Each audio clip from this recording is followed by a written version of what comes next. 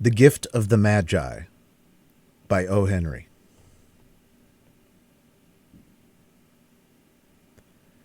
$1.87. That was all. And 60 cents of it was in pennies. Pennies saved one and two at a time by bulldozing the grocer and the vegetable man and the butcher until one's cheeks burned with the silent imputation of parsimony that such close dealing implied. 3 times Della counted it. $1.87. And the next day would be Christmas. There was clearly nothing to do but flop down on the shabby little couch and howl. So Della did it. Which instigates the moral reflection that life is made up of sobs, sniffles, and smiles, with sniffles predominating. While the mistress of the home is gradually subsiding from the first stage to the second, take a look at the home. A furnished flat at $8 per week. It did not exactly beggar description, but it certainly had that word on the lookout for the mendicancy squad. In the vestibule below was a letter box into which no letter would go, and an electric button from which no mortal finger could coax a ring. Also appertaining thereunto was a card bearing the name Mr. James Dillingham Young. The Dillingham had been flung to the breeze during a former period of prosperity, when its possessor was being paid $30 per week. Now, when the income was shrunk to $20, the letters of Dillingham looked blurred, as though they were thinking seriously of contracting to a modest and unassuming D. But whenever Mr. James Dillingham Young came home and reached his flat above, he was called Jim, and greatly hugged by Mrs. James Dillingham Young, already introduced to you as Della. Which is all very good. Della finished her cry and attended to her cheeks with a powder rag. She stood by the window and looked out dully at a gray cat walking a gray fence in a gray backyard. Tomorrow would be Christmas Day, and she had only $1.87 with which to buy Jim a present. She had been saving every penny she could for months with this result. $20 a week doesn't go far. Expenses had been greater than she had calculated. They always are. Only $1.87 to buy a present for Jim. Her Jim. Many a happy hour she had spent planning for something nice for him. Something fine and rare and sterling. Something just a little bit near to being worthy of the honor of being owned by Jim. There was a pier glass between the windows of the room. Perhaps you have seen a pier glass in an $8 flat. A very thin and very agile person may, by observing his reflection in a rapid sequence of longitudinal strips, obtain a fairly accurate conception of his looks. Della, being slender, had mastered the art. Suddenly, she whirled from the window and stood before the glass. Her eyes were shining brilliantly, but her face had lost its color within 20 seconds. Rapidly, she pulled down her hair and let it fall to its full length. Now, there were 2 possessions of the James Dillingham Youngs in which they both took a mighty pride. One was Jim's gold watch that had been his father's and his grandfather's. The other was Della's hair. Had the Queen of Sheba lived in the flat across the air shaft, Della would have let her hair hung out the window some day to dry just to deprecate Her Majesty's jewels and gifts. Had King Solomon been the janitor with all his treasures piled up in the basement, Jim would have pulled out his watch every time he passed just to see him pluck at his beard from envy. Now, Della's beautiful hair fell about her, rippling and shining like a cascade of brown waters. It reached below her knee and made itself almost a garment for her. And then she did it up again nervously and quickly. Once she faltered for a minute and stood while a tear or two splashed on the red, worn carpet. On went her old brown jacket, on went her old brown hat. With a whirl of skirts and with the brilliant sparkle still in her eyes, she fluttered out the door and down the stairs to the street. Where she stopped, the sign read, Madame Sofronie, hair goods of all kinds. One flight up, Della ran and collected herself, panting. Madame, large, too white chilly, hardly looked the Sofronie. "Will you buy my hair?" asked Della. "I buy hair," said Madame. "Take your hat off and let's have a sight at the looks of it." Down rippled the brown cascade.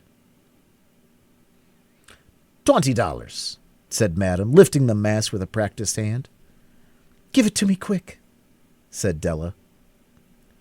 Oh, and the next 2 hours tripped by on rosy wings. Forget the hashed metaphor. She was ransacking the stores for Jim's present. She found it at last. It surely had been made for Jim and no one else. There was no other like it in any of the stores, and she had turned all of them inside out. It was a platinum fob chain, simple and chaste in design, properly proclaiming its value by substance alone and not by meretricious ornamentation, as all good things should be. It was even worthy of the watch. As soon as she saw it, she knew that it must be Jim's. It was like him, quietness and value. The description applied to both. $21 they took from her for it, and she hurried home with the 87 cents. With that chain on his watch, Jim might be properly anxious about the time in any company. Grand as the watch was, he sometimes looked at it on the sly on account of the old leather strap that he used in place of a chain. When Della reached home, her intoxication gave way to a little prudence and reason. She got out her curling irons and lighted the glass and went to work repairing the ravages made by generosity added to love. Which is always a tremendous task, dear friends. A mammoth task. Within 40 minutes, her hair was covered with tiny, close-lying curls that made her look wonderfully like a truant schoolboy. She looked at her reflection in the mirror long, carefully, and critically. "If Jim doesn't kill me," she said to herself, "before he takes a second look at me, he'll say I look like a Coney Island chorus girl. But what could I do? Oh, what could I do with $1.87? At 7 o'clock, the coffee was made and the frying pan was on the back of the stove, hot and ready to cook the chops. Jim was never late. Della doubled the fob chain in her hand and sat on the corner of the table near the door that he always entered. Then she heard his step on the stair away down on the first flight, and she turned white for just a moment. She had a habit for saying little silent prayers about the simplest everyday things, and now she whispered, "Please, God, make him think I am still pretty." The door opened and Jim stepped in and closed it. He looked thin and very serious. Poor fellow. He was only 22, and to be burdened with a family. He needed a new overcoat, and he was without gloves. Jim stopped inside the door, as immovable as a setter at the scent of quail. His eyes were fixed upon Della, and there was an expression in them that she could not read, and it terrified her. It was not anger, nor surprise, nor disapproval, nor horror, nor any of the sentiments that she had been prepared for. He simply stared at her fixedly with that peculiar expression on his face. Della wriggled off the table and went for him. "Jim, darling," she cried, "don't look at me that way. I had my hair cut off and sold it because I couldn't have lived through Christmas without giving you a present. It'll grow out again. You won't mind, will you? I just had to do it. My hair grows awfully fast. Say Merry Christmas, Jim, and let's be happy. You don't know what a beautiful, nice gift I've got for you. You've cut off your hair? Asked Jim, laboriously, as if he had not arrived at that patent fact yet, even after the hardest mental labor. Cut it off and sold it, said Della. Don't you like me just as well, anyhow? I'm me without my hair, aren't I? Jim looked around the room curiously. You say your hair is gone, he said, with an air almost of idiocy. You needn't look for it, said Della. It's sold. I tell you, sold and gone, too. It's Christmas Eve, boy. Be good to me, for it went for you. Maybe the hairs of my head were numbered, she went on with a sudden, serious sweetness. But nobody could ever count my love for you. Shall I put the chops on, Jim? Out of his trance, Jim seemed quickly to wake. He enfolded his Della. For 10 seconds, let us regard with discreet scrutiny some inconsequential object in the other direction.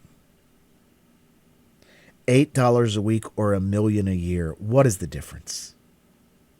A mathematician or a wit would give you the wrong answer. The Magi brought valuable gifts, but that was not among them. This dark assertion will be illuminated later on. Jim drew a package from his overcoat pocket and threw it upon the table. Don't make any mistake, Della, he said, about me. I don't think there's anything in the way of a haircut or a shave or a shampoo that could make me like my girl any less. But if you'll unwrap that package, you may see why you had me going a while at first. White fingers and nimble tore at the string and paper, and then ecstatic scream of joy, and then, alas! A quick feminine change to hysterical tears and wails, necessitating the immediate deployment of all the comforting powers of the Lord of the Flat. For there lay the combs. The set of combs, side and back, that Della had worshipped long in a Broadway window. Beautiful combs, pure tortoise shell with jeweled rims, just the shade to wear in the beautiful vanished hair. They were expensive combs, she knew, and her heart had simply craved and yearned over them without the least hope of possession. And now they were hers. But the tresses that should have adorned the coveted adornments were gone.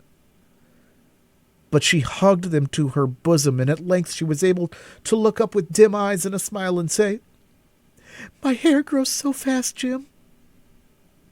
And then Della leaped up like a little singed cat and cried, Oh! Oh! Jim had not yet seen his beautiful present. She held it out to him eagerly upon her open palm. The dull, precious metal seemed to flash with the reflection of her bright and ardent spirit. Isn't it a dandy, Jim? I hunted all over town to find it. You'll have to look at the time 100 times a day now. Give me your watch. I want to see how it looks on it. Instead of obeying, Jim tumbled down on the couch and put his hands under the back of his head and smiled. Dell, said he, let's put our Christmas presents away and keep 'em a while. They're too nice to use just at the present. I sold the watch to get the money to buy you combs, and now suppose you put the chops on. The Magi, as you know, were wise men, wonderfully wise men, who brought gifts to the babe in the manger. They invented the art of giving Christmas presents. Being wise, their gifts were no doubt wise ones, possibly bearing the privilege of exchange in case of duplication. And here I have lamely related to you the uneventful chronicle of two foolish children in a flat who most unwisely sacrificed for each other the greatest treasures of their house. But in a last word to the wise of these days, let it be said that of all who give gifts, these two were the wisest. Of all who give and receive gifts, such as they are wisest. Everywhere they are the wisest. They are the Magi.